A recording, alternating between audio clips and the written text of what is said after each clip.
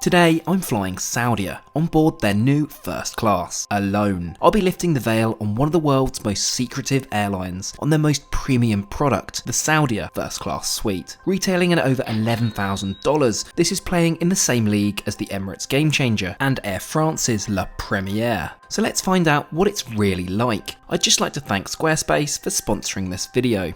I'll be reviewing the lounge, eating the onboard food, drinking, well, not champagne as this is a dry airline, and of course the best bit, sleeping in their private suite in my provided designer pyjamas. This is one of their most premium heavy routes, so we should see the very best of their luxury product rolled out today. Some background then, Saudia is the flag carrier of Saudi Arabia, out of their hub Jeddah. It's an airline which I, like I'm sure many of you, know little about. Saudia has quite a mixed fleet, ranging from their latest 787-10s through to the A330s, A320s, and what I'm flying today, their 777-300. Their new first class suites are only on select 777s, flying routes such as London, Paris, and New York.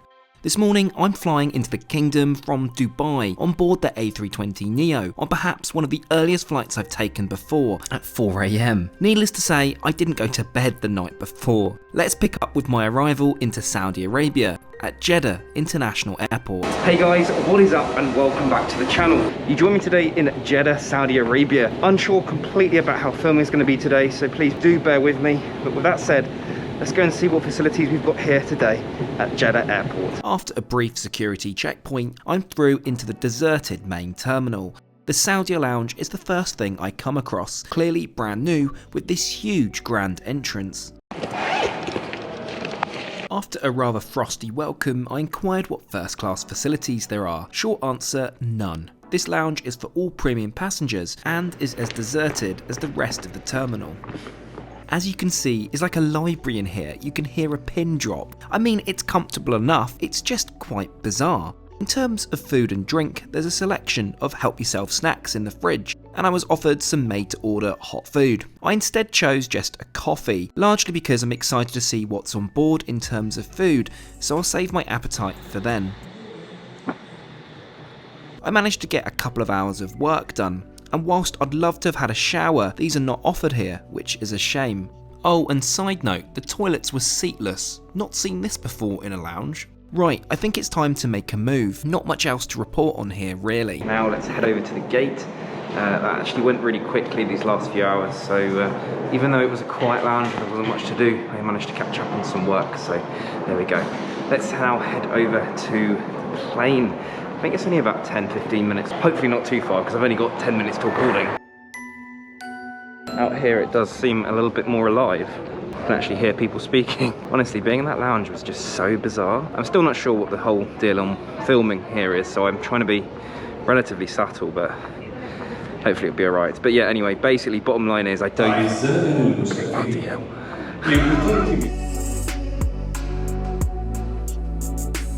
So, almost at the gate. Thankfully it was only like a 5-minute walk, which is good. It's certainly much busier in the terminal now. So I'm A35, which appears to be, yes, where the commotion is. I don't know, I think I might be the only person in first class today, which is pretty exciting. I hope that they step the game up because I have to say the ground service has not felt first class at all. The fact there's no differentiation between business and first is just in my book a bit mad, considering the price commanded for this. So yeah, but anyway, it looks pretty busy at check-in. I imagine they're all going to want to check my passenger locator form and booked day 2 test and all the rest of it. So yeah, let's have that joyous fun now. And just before we get on board, here's a quick word from today's video sponsor, Squarespace. Squarespace make it super easy for you to set up and host a website. This isn't the 1990s where you have to know complicated coding. Squarespace really have this down, handling it all from the domain name through to the design, hosting, social media linking, and even your search engine optimization. The best bit is Squarespace are offering you a free trial and 10% off your first purchase of a website or domain. Just head over to squarespace.com/TrekTrendy and use the coupon code TrekTrendy. Thanks again Squarespace for making this video possible. Right guys, it's time to go and get on board. That was a little bit of a crazy procedure just now. I'm just gonna put my camera down one sec. So yeah, there was a lot of additional security at check-in, so I couldn't film this at all. Interestingly, and excuse my ignorance, but there's a separate gate security for both male and female. But, well, I guess it's Saudi Arabia. Right, sorry about that. Anyway, let's go and get on board the 777 taking us over to London.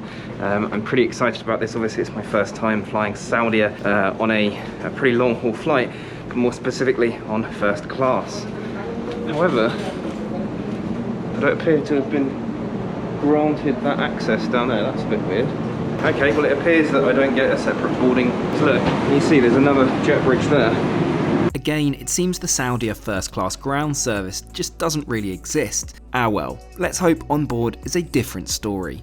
I'm warmly greeted as I walk into the cabin and directed to the right-hand aisle. Rounding the corner, I'm met with the huge F cabin, featuring 12 suites in a 1-2-1 config. You may see they've set up all the suites with welcome snacks and drinks, yet I'm the only one in the cabin. Right guys, so welcome on board Saudia First Class. This is I'm quite excited, I have to say. I'm getting Etihad First Class vibes in here, I've got to be honest. It's a relatively similar setup.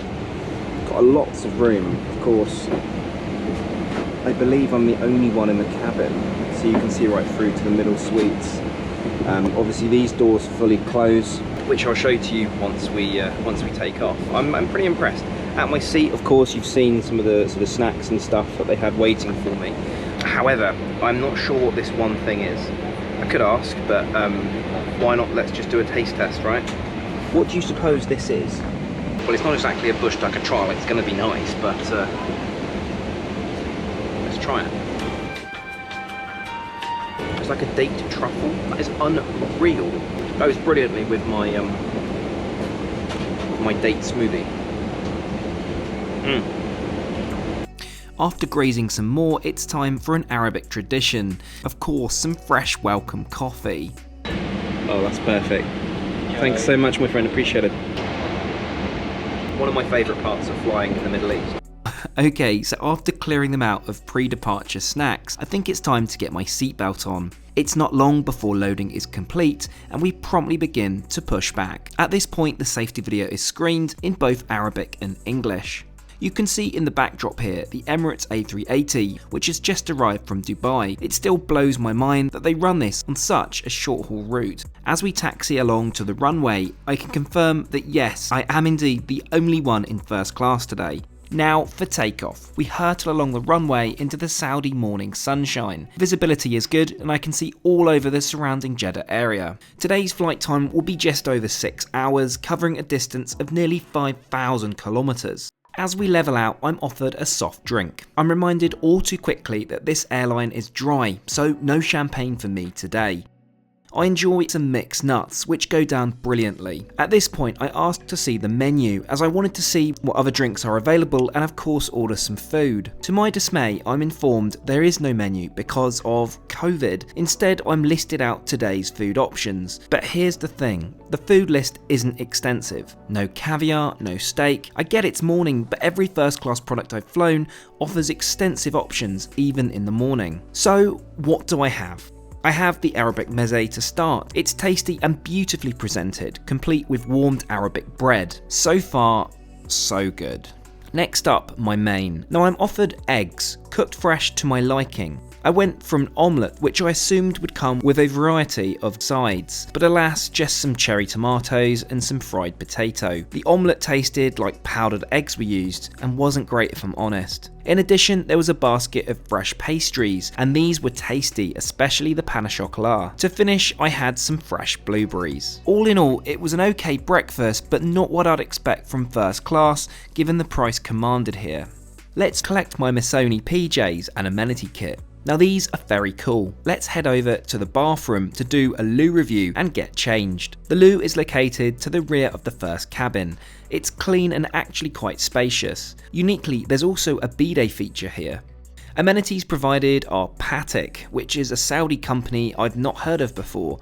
Right, let's get changed. As you've seen, there are additional amenities such as a toothbrush in the Missoni kit. The PJs also come in this cool tote bag. And what do you think? I love them. They're really comfortable and almost silky to touch. Let's complement my new look with some fragrance. Okay, let's head back to my seat before I get too carried away. Time to get those Tims off. Yes, no socks are worn in the bathroom, guys. Let's stow my clothes in the in-seat wardrobe. Love this. As I've got changed, the lovely FAs have made the seat behind me up into a bed, and crikey, it's gorgeous. They provide a super comfy mattress topper along with throw and 2 pillows. There's ample room to spread out, and once you get that door shut, it's among the most private beds in the sky. Given my early start, I slept incredibly well. Many hours later, and awoke somewhere over France, some 45 minutes away from London Heathrow. At my seat was some water and a scented towel to freshen up. My butler suggested a French press coffee, which I gladly accepted. This is impressive, and I've never had one of these in the sky before. After appropriate caffeination, let's head over to get changed before landing. Now all changed, let's get my Tims back on and of course my seatbelt ready for landing into London. As you can see, it's quite a cloudy day, which is a shame, as usually I'd get to see central London on final descent.